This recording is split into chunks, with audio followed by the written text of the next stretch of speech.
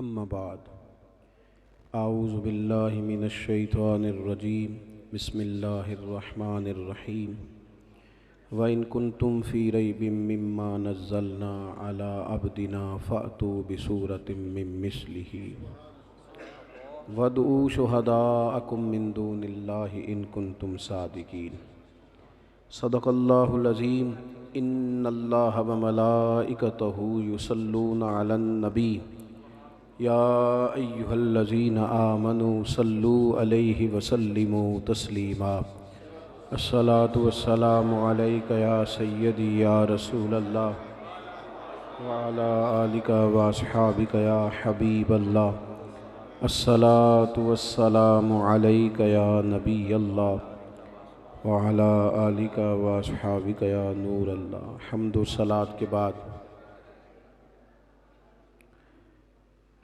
عزیز دوستو، بزرگوں، بھائیوں، بالخصوص اسٹیج پہ جلوہ فراز حضرات علماء کرام، مشائخ، اساتذہ، ہمارے حضرت علامہ قاری ساجد محمود صاحب نے اس خوبصورت نشست کا اہتمام فرمایا ہے اور قرآن مجید کو حفظ کرنے والے طلباء کی دستار کا آج انہوں نے اہتمام کیا ہے۔ اللہ اساتذہ کی محنت قبول فرمائے، یاد کرنے والوں کو یاد رکھنے کی توفیق عطا فرمائے۔ آپ لوگ اطمینان سے تشریف رکھیں، ویڈیو فرض نہیں ہے دین میں، مطلب جو ضروری کام ہے اس پر سارے دوست ویڈیو بنائیں گے تو تقریر کس نے سننی ہے؟ مہربانی کریں، 2-4 بنا لیں، یہ بڑے کیمرے سے بن رہی ہے یہ لے لیجئے گا، لیکن مطلب ویسے بھی کبھی مجاہدوں کے رنگ بدلتے ہیں نا، کبھی کوئی چیز مجاہدہ ہوتی ہے، کبھی کوئی۔ آج کل میں دوستوں کو ایک مجاہدہ بتاتا ہوں، میں کہتا ہوں آپ نے مجاہدہ کرنا ہے کہ 20 منٹ پورے موبائل جیب میں رکھنا ہے۔ دیکھیں بھلا اس مجاہدے میں آپ کامیاب ہوتے ہیں؟ اطمینان سے بیٹھیں اور بچوں کو اشارے سے چپ کرائیں، اشارے سے، بول کے نہیں۔ آپ مہربانی کریں، چند ایک باتیں عرض کرنی ہیں آپ کی خدمت میں۔ اتنی سونی، اتنی بھری ہوئی محفل ہے، تو آپ حضرات تھوڑا سا، اور میں نے باتیں بھی تھوڑی سی کرنی ہیں، پھر اس کے بعد انشاءاللہ دستار بندی کا سلسلہ ہے۔ اللہ تبارک و تعالیٰ نے نبی پاک صلی اللہ تعالیٰ علیہ وسلم کو جو معجزات عطا فرمائے ہیں، ان میں سب سے بڑا معجزہ قرآن پاک ہے۔ دین اسلام کی حقانیت کی جو سب سے بڑی دلیل ہمارے ہاتھوں میں موجود ہے وہ قرآن پاک ہے۔ جو چیز بہت زیادہ کسی شخص کے پاس رہتی ہے نا، بہت زیادہ قریب آ جاتی ہے، اس کی طبیعت میں اس چیز کی قدر نہیں رہتی۔ آپ دیکھیں گے کہ جو لوگ یہاں سے چلے گئے نا مستقل بنیادوں پہ حرم شریف، وہ زیادہ طواف نہیں کرتے، وہ کہتے ہیں ہم ادھر ہی ہوتے ہیں۔ شاید یہی وجہ تھی کہ حضرت عمر فاروق رضی اللہ تعالیٰ عنہ حج کے بعد درہ لے کے لوگوں کے پیچھے ہوتے تھے اور فرماتے تھے حج ہو گیا، اب اپنے گھروں کو جاؤ، تھوڑا قیام کرو تاکہ تمہارے دلوں کے اندر قدر باقی رہے۔ قرآن مجید مکمل ہے، کامل ہے، اکمل ہے۔ قرآن مجید کی تعلیم الحمدللہ اس وطن میں ہر جگہ پہ موجود ہے اور فری آف کاسٹ موجود ہے، چونکہ ہمیں مفت میں ملتی ہے۔ ڈاکٹر ویسے بورڈ لگا دینا کہ میری فیس 5000 روپے ہے تو لوگ کہتے ہیں نہیں بندہ کو تگڑا ہی ہے، لیکن جس کی 100 روپے کی پرچی ہو، لوگ کہتے ہیں نہیں یہ تو کوئی لوکل آدمی ہوگا۔ چونکہ قرآن و سنت کی تعلیم فری میں ملتی ہے، مفت ملتی ہے، گزارش کر کے دی جاتی ہے۔ آپ دیکھ لیں کہ میڈیکل کالجوں میں داخلہ نہیں ملتا اور بڑے دھکے کھاتے ہیں لوگ، بڑی سفارشیں ڈھونڈتے ہیں۔ اور میں آپ کو صرف ویسے ہی نہیں کہہ رہا، میں تجربے سے کہہ رہا ہوں اور چیزوں کو دیکھ کر غور کر کے کہہ رہا ہوں کہ بہت سارے ٹیچر ایسے تھے جن کے پاس ڈگری بھی تھی اور انہوں نے مکمل پڑھایا بھی اور ریٹائر بھی ہوئے، لیکن انہیں پڑھانا نہیں آتا تھا۔ اسی طرح سارے کالجوں کے اندر سارے لوگ ایسے نہیں ہوتے جو مکمل تعلیم دے سکیں، نہیں آتی نہیں۔ پڑھا ہونا، ڈگری ہونا اور بات ہے، علم ہونا، اور علم ہونا اور بات ہے، پھر اس کا نفع بخش ہونا اور بات ہے۔ کسی کو علم سے فائدہ پہنچانا، یہ بھی اللہ کی دی ہوئی توفیق سے۔ تو جتنا پیسہ، جتنا سرمایہ ہماری حکومت تعلیم کے لیے رکھتی ہے، اگرچہ ابھی بھی تھوڑا رکھتی ہے، لیکن جتنا رکھتی ہے اس کے مطابق رزلٹ نہیں۔ لیکن یہاں مدارس میں کیا ہوتا ہے، ہر چوتھے دن تو صدر ناراض ہو جاتا ہے، ہر چھٹے دن تو سیکرٹری بگڑ جاتا ہے، کوئی پتہ نہیں کب جناب مولوی صاحب بیچاروں کو اتنی فکر طالب علموں کی نہیں ہوتی جتنی اس بات کی ہوتی ہے کہ یہ بگڑ گیا تو پتہ نہیں اب کیا کرے گا۔ اور یہ ان کی شرافت ہے، یہ مجبوری نہیں، بزدلی نہیں، یہ شرافت ہے۔ شریف آدمی، نبی پاک صلی اللہ علیہ وسلم نے فرمایا مومن نرم دل ہوتا ہے، سامنے والا اسے بیوقوف سمجھ لیتا ہے، یہ ترمذی میں موجود ہے۔ یہ شرافت ہے، ورنہ اٹ سٹ تے پکھڑا کوار گندل اسی اور بھی بوٹیاں جاننے ہیں۔ تو وہ ہوتا یہ ہے کہ بڑی مشکلات کے ساتھ کام ہوتا ہے، اس کی کو کام کریں جی ذرا، لیکن اس کا رزلٹ دیکھیں۔ او پتر بس کرو، پھر کدھرے کام آ جان گے، اللہ تو ان خوش رکھے۔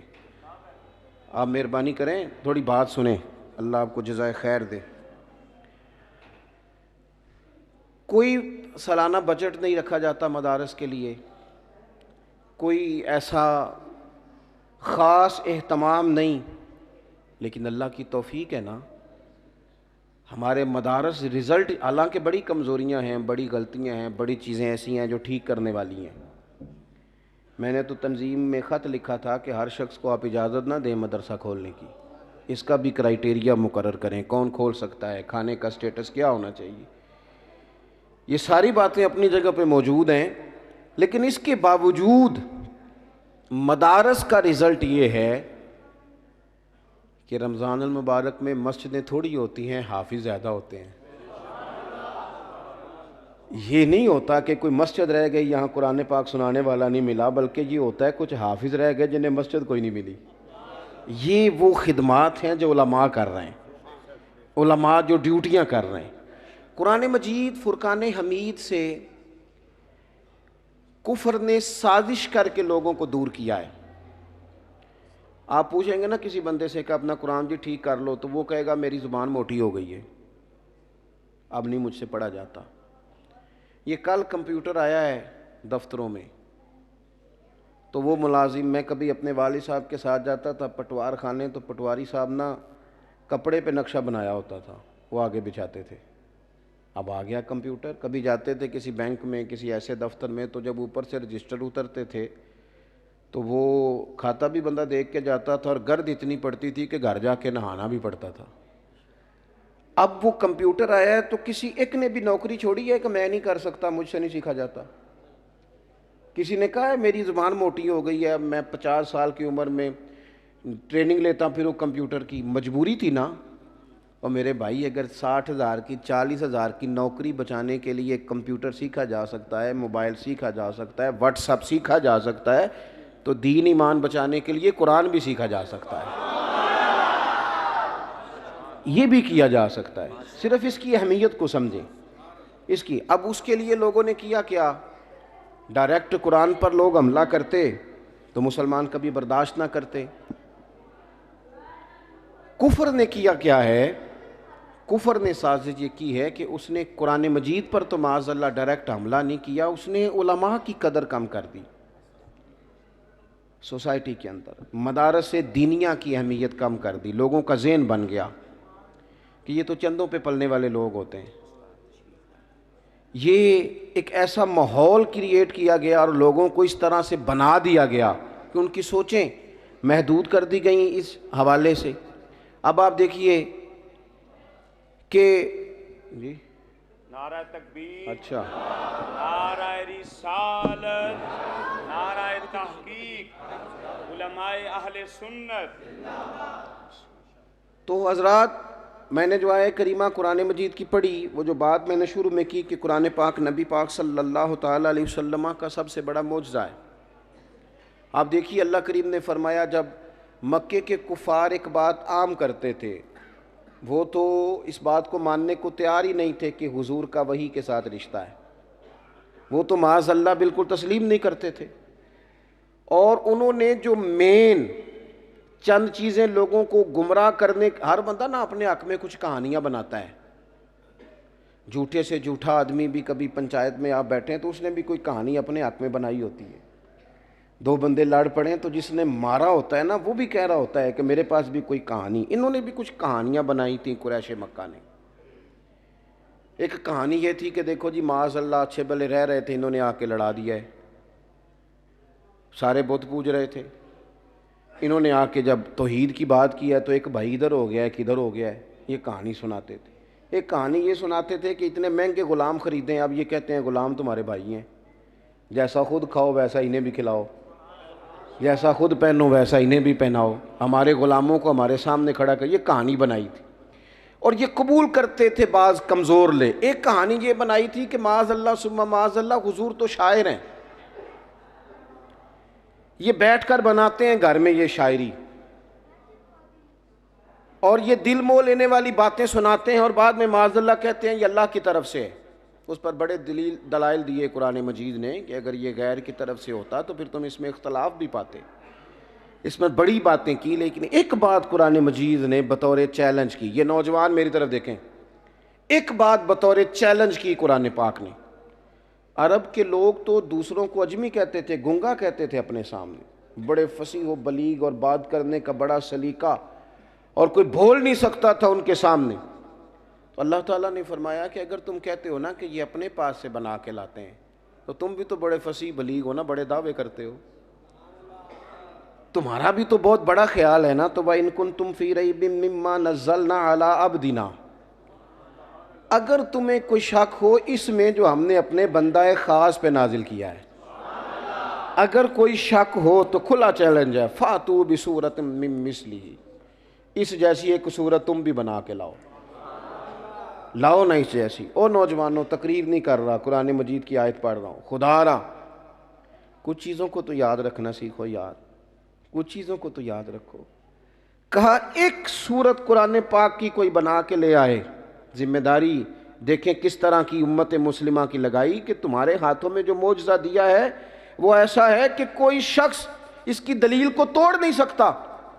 فرمائے ایک آیت بنا کے لاؤ قرآن پاک کے مقابلے کی، اور ایک دو بندے کی ڈیوٹی نہیں، وَدُعُوا شُهَدَاءَكُم مِّن دُونِ اللَّهِ، اللہ اور اللہ والوں کو چھوڑ دو، باقی ساری دنیا کے کافر اکٹھے ہو جاؤ، ایک آیت بنا کے لاؤ، ایک، ان کنتم صادقین، اگر تم سچے ہو تو لاؤ ایک آیت بنا کے، ایک سورت بنا کے لاؤ، لا سکے؟ اگر وہ قرآن مجید کے مقابلے کی سورت بنا سکتے تو پھر بدر میں تلواریں لے کے تو نہ آتے،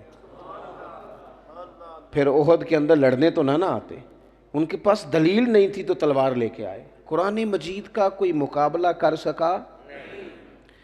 میں اور آپ ہم لگ گئے ہیں اچھے ادیب کے فکرے پہ، اچھے شاعر کی بات پہ، اچھے شعر پہ۔ شعر ذوق کی بات ہے، خیر والا ہو تو برا نہیں ہوتا، لیکن میں جب دیکھتا ہوں نا اسکولوں اور کالجوں کی دیواروں پر کافروں کے قول لکھے ہیں تو میں کہتا ہوں پتہ نہیں اس قوم نے حدیثیں ساری یاد کر لی ہیں، اب ادھر نکل آئی ہے۔ ہم نا ہمارے ہاں اب کورسز ہوتے ہیں، اب جو تھوڑا سا طبقہ اوپر چلا گیا نا تو وہ موٹیویشنل اسپیکر کے پاس جاتا ہے، کہتے ہیں شادی سے پہلے لڑکے کو بھی بھیجو لڑکی کو بھی بھیجو، موٹیویشنل اسپیکر انہیں قائل کرے کہ تم چونکہ پہلے تنہا رہتے تھے، اور یورپ میں تو اس طرح ہوتا ہے کہ زمانہ تنہا رہتا ہے لڑکا، پھر اس کو وہ بتاتا ہے کہ تم نے اب مل کے رہنا ہے تو تم کس طرح رہ سکتے ہو، ایک دوسرے کو برداشت کیسے کرنا ہے، اس پر وہ باقاعدہ جناب سیٹیں بک ہوتی ہیں۔ آپ نے اگر موٹیویشنل اسپیکر کے پاس بیٹھنا ہے تو قریب بیٹھنا ہے تو پھر 15,000، تھوڑا سا دور بیٹھنا ہے تو پھر 13,000، اور اگر بالکل پیچھے بیٹھنا ہے تو 5,000، اور لوگ جاتے ہیں۔ لیکن مولوی صاحب بیچارے منت کرتے ہیں کہ کچھ نہ کرو، جمعے والے دن بس ٹائم پہ آ جاؤ، لیکن وہ چونکہ ہر جمعے کہتے ہیں لہذا وہ کہتے رہیں، وہاں پیسے دے کے لوگ جا رہے ہیں، اگر کوئی خیر کی بات کر رہے ہیں تو اس کی مخالفت نہیں، لیکن جو بات عرض کرنا چاہتا ہوں کہ لمبے لمبے آپ کورس کریں گے، میاں بیوی ایک دوسرے کو برداشت کرنے کے لیے، وقت بتانے کے لیے، ذہن اکٹھا کرنے کے لیے، تو قرآن مجید کا ایک جملہ ایک جملہ صرف قرآن پاک کا، ہن لباس لکم وانتم لباس لہن، فرمایا مرد عورت کا لباس ہے، عورت مرد کا لباس ہے، وہ تمہارا لباس ہے اور تم ان کا لباس۔ لے آئیں آپ جس نے آج تک جتنی کتابیں بھی لکھی ہیں قرآن پاک کے ایک جملے کے سامنے لے آئیں، اور بہت ساری تفاسیر یہاں علماء تفسیر نے بیان کی۔ 3 باتیں عرض کرتا ہوں، 3 باتیں، مرد عورت کا لباس ہے، عورت مرد کا لباس، 3 باتیں۔ ایک بات تو یہ بیان کی کہ یاد رکھو یہ جو تمہارا لباس ہوتا ہے نا، یہ تمہیں گرمی اور سردی سے بچاتا ہے، یہ بچاتا ہے۔ میاں بیوی ایک دوسرے کو بچاتے ہیں، تکلیف سے، دکھ سے پردہ بن جاتے ہیں۔ دوسری بات علماء تفسیر نے لکھی، لباس بندے کے وجود کے عیب چھپا دیتا ہے۔ کہاں سے لاؤ نہ کوئی ادیب، کوئی جو یہاں تک صرف گرد راہ تک ہی پہنچے رسول اللہ صلی اللہ علیہ وسلم کے غلاموں کی، لیکن دیکھیں قرآن مجید نے کیا کہا کہ وہ تمہارا لباس ہے۔ لباس عیب چھپاتا ہے بھائی۔ آپ کی کمر پر کتنے نشان ہیں، کپڑا پہن لیا کسی کو پتہ ہی نہیں، آپ کے سارے عیب آپ کا لباس چھپا لیتا ہے۔ بس جب تو شادی کرتا ہے تو تیری بیوی تیرے عیب چھپاتی ہے، تو اس کے چھپاتا ہے، تیسری بات علماء تفسیر نے لکھی، ایک دوسرے کا لباس ہے۔ میں آپ سے عرض کروں، جو آدمی گھر میں سکھی ہو نا، وہ باہر بھی کوئی کام کر لیتا ہے۔ لوگ مانتے نہیں، کہتے نہیں، تسلیم نہیں کرتے، لیکن یہ بات یاد رکھنا، یہ جو باہر جس کی موٹر سائیکل کی ٹکر ہوتی ہے نا، یہ گھر میں ناراض ہو کے آیا ہوتا ہے۔ یہ کئی لوگ باہر اس لیے لڑ رہے ہوتے ہیں کہ گھر بندے کی سکون کی جگہ ہے، اگر وہاں سکون نہ ہو تو کہیں بھی نہیں، کیونکہ باقی جگہوں پہ بندہ عارضی ٹائم پہ جاتا ہے، عارضی وقت کے لیے جاتا ہے، گھر میں مستقل رہنا ہے اس نے۔ تو یہ گھر کے اندر اگر سکون ہوگا، وہ کسی نے کہا تھا جانے کس عمر میں جائے گی یہ عادت میری، روٹھنا اس سے تو اوروں سے الجھتے پھرنا۔ بندہ الجھا سا رہتا ہے اگر گھر میں الجھ جائے۔ قرآن مجید نے کہا وہ تمہارا لباس ہیں، تم ان کا لباس۔ او دوستو آؤ نا، یہاں سے فیض پاؤ، یہاں سے سیکھو۔ تیسری بات علماء تفسیر فرماتے ہیں کہ لباس انسان کا حسن ہوتا ہے، لباس پہن کے انسان جچتا ہے۔ آپ بے شک آپ فل بازوں والی بنیان پہن لیں، لیکن آپ اچھے نہیں لگتے، گھر میں بھی اچھے نہیں لگتے۔ جب آپ کرتا پہن لیتے ہیں، ایک ویسٹ کوٹ پہن لیتے ہیں، سر پہ ٹوپی رکھ لیتے ہیں، تو آپ کا وہ جو چہرہ ہے وہ بھی اس کے بیچ نکھرا سا نظر آتا ہے۔ لباس جو ہوتا ہے نا، لباس، اور اگر آپ کے چہرے پہ داڑھی بھی ہے تو نوجوانوں، اگر بندہ بغیر داڑھی کے کبھی اچھا لگے تو لوگ کہتے ہیں ماشاءاللہ خوبصورت لگ رہے ہو، یہ بھی تعریف ہے۔ اور داڑھی سمیت اچھا لگے تو پھر یہ نہیں کہتے خوبصورت لگ رہے ہو، پھر کہتے ہیں کتنا نورانی چہرہ ہے۔ یعنی داڑھی کے ساتھ تو آپ کی تعریف ہی روحانی قسم کی ہو جاتی ہے۔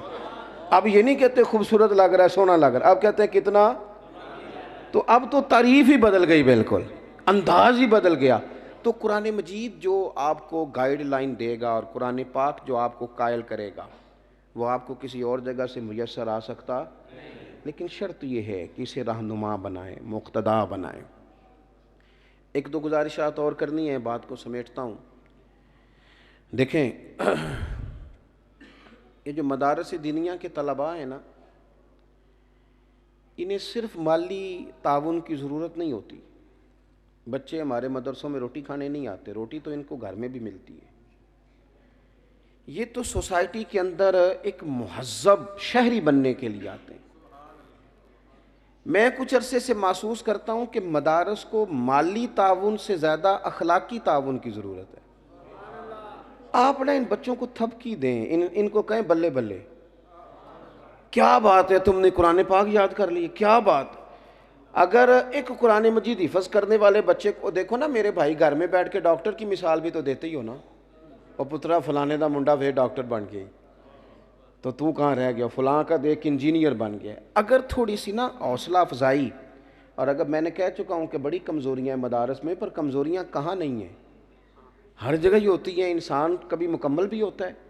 مدارس کے طلباء کو اگر اخلاقی طور پر سپورٹ کیا جائے، اگر تھوڑا سا ان کے ساتھ پیار کیا جائے، حضرت عبداللہ ابن عباس رضی اللہ تعالیٰ عنہ کو میرے نبی پاک علیہ السلام نے نا دعا دی تھی کہ یا اللہ اسے دین میں فقاہت عطا فرما، پھر وہ اس طرح کے فقیہ بنے۔ اچھا یہ بھی ہمارے ہاں مسئلہ ہے، چونکہ اکثر صاحبزادے جو ہوتے ہیں وہ علم لدنی والے ہی ہوتے ہیں، اللہ ماشاء اللہ، تو وہ کہتے ہیں ان کو دعا مل گئی تھی لہذا کام چل گیا ہے نا جی، دعا مل گئے تھے۔ ہمارے پیر صاحب تقریر نہیں کرتے، وہ صرف وہ تو دعا بھی کوئی اور کرتا ہے، میں کو تھا نہیں کرتا، نواؤندی نہیں، نواؤندی ہوئے تو پھر کرے بھی، آتی نہیں اس کو۔ بانج علموں جو کرے فقیری یو کافر مرے دیوانہ ہو، ضرورت کا علم تو ہو اس کو، اپنی ضرورت کے مسائل تو کم از کم نکال سکے کتاب و سنت سے۔ حضور نے دعا دی، اور محبوب کو اللہ نے یہ اعزاز دیا ہے کہ حضور اگر ہوا میں اپنا دست مبارک مٹھی بھر کے حضرت ابو ہریرہ کو دے دیں تو آپ فرماتے ہیں زندگی بھر بھولی کوئی نہیں کوئی شے، اس میں شک نہیں۔ لیکن دعا کرتی کیا ہے، علم و حکمت کی دعا کرتی کیا ہے؟ حضرت عبداللہ ابن عباس کو حضور نے دعا دی تو دعا سے تو فیض آتا ہے، اس میں کوئی دو رائے نہیں۔ لیکن انہوں نے پھر کیا کیا؟ انہوں نے پھر ایک ایک صحابی کے دروازے پہ جا کے دستک دی، دروازہ جا کے، اور یہاں تک بھی ہوا کہ حضرت ابی بن کعب رضی اللہ تعالیٰ عنہ کے دروازے پہ وہ جاتے تھے تو دستک نہیں دیتے تھے، کہتے تھے نہیں استاد کو تکلیف نہیں دینی، دروازے پہ بیٹھتا ہوں، وہ اپنی مرضی سے باہر آئیں گے تو پھر میں ان سے پڑھوں گا۔ کہتے ہیں کبھی یوں بھی ہوتا ان کے گھر کا دروازہ صحرا میں کھلتا تھا، اور کبھی یوں بھی ہوتا کہ میں تھک جاتا بیٹھے بیٹھے تو میں اپنے ہی امامے کو تکیہ بنا کے ان کے دروازے پہ لیٹ جاتا، ٹھنڈی ہوائیں جب مدینہ چوم کے گزرتی تو ریت اڑ کے میرے بالوں میں پڑتی، اور میرے استاد باہر آتے تو کہتے ہو محبوب کریم کے چچا کے بیٹے، آپ فرماتے تو ہم آ جاتے، تو کہتے نا استاد جی میں رسول اللہ کا دین سیکھنے آیا ہوں۔ حضرت زید بن ثابت رضی اللہ تعالیٰ عنہ سے بھی آپ نے روایات لی، اور اعلیٰ حضرت بریلوی نے لکھا ہے ایک دن حضرت زید بن ثابت آ رہے تھے، حضرت عبداللہ ابن عباس نے دیکھ لیا تو وہ تو اپنے گھوڑے پہ تھے، لگام ان کے ہاتھ میں تھی، ضرورت نہیں تھی، مطلب استاد سے جوتے خود بھی تو پڑھ ہی جاتے ہیں نا وہ خود ہی، لیکن کبھی اگر شاگرد اٹھا لے تو شاگرد کے لیے فائدہ مند ہے، ورنہ انہوں نے تو کام کرنا ہی ہے۔ تو کہتے ہیں آگے بڑھ کے نا فٹافٹ لگام تھام لی، گھوڑے کی لگام تھام لی حضرت عبداللہ ابن عباس نے۔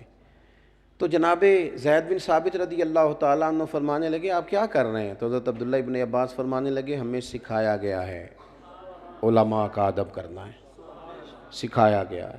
حضرت زید بن ثابت گھوڑے سے نیچے اترے، جناب عبداللہ ابن عباس کے ہاتھ چومے، کہا جناب آپ کیا کر رہے ہیں؟ کہنے لگے ہمیں بھی سکھایا گیا ہے خاندان رسول کا احترام کرنا، ہمیں بھی یہ سبق پڑھایا گیا ہے، اس لیے ہر دو لوگ ایک دوسرے کا اکرام کرتے ہیں۔ طلباء کو نا تھوڑا حوصلہ دیں، ان کو حوصلے کی ضرورت ہوتی ہے، اور پذیرائی دیں اپنے گلی محلوں کے اندر۔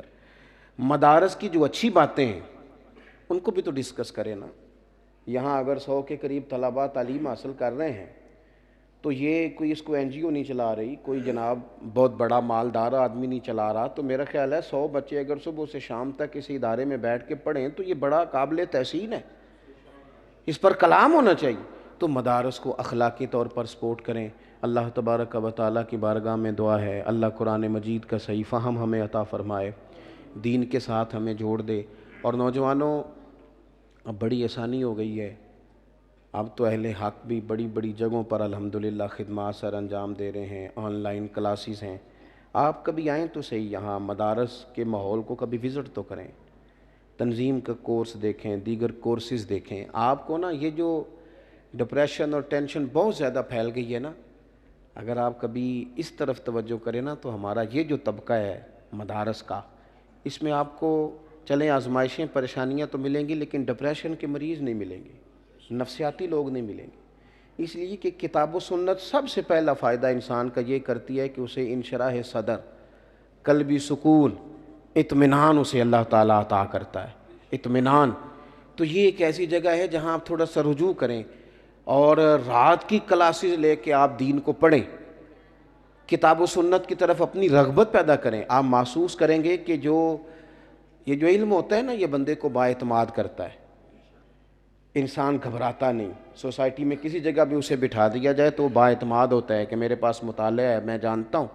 تو یہ چیزیں آپ کو بڑا بااعتماد کریں گی، آپ اس پر ضرور توجہ کریں. اللہ تبارک و تعالی ہم سب کو سمجھنے کی توفیق عطا فرمائے. آخر دعوانا الحمدللہ رب العالمین. لائیں جی.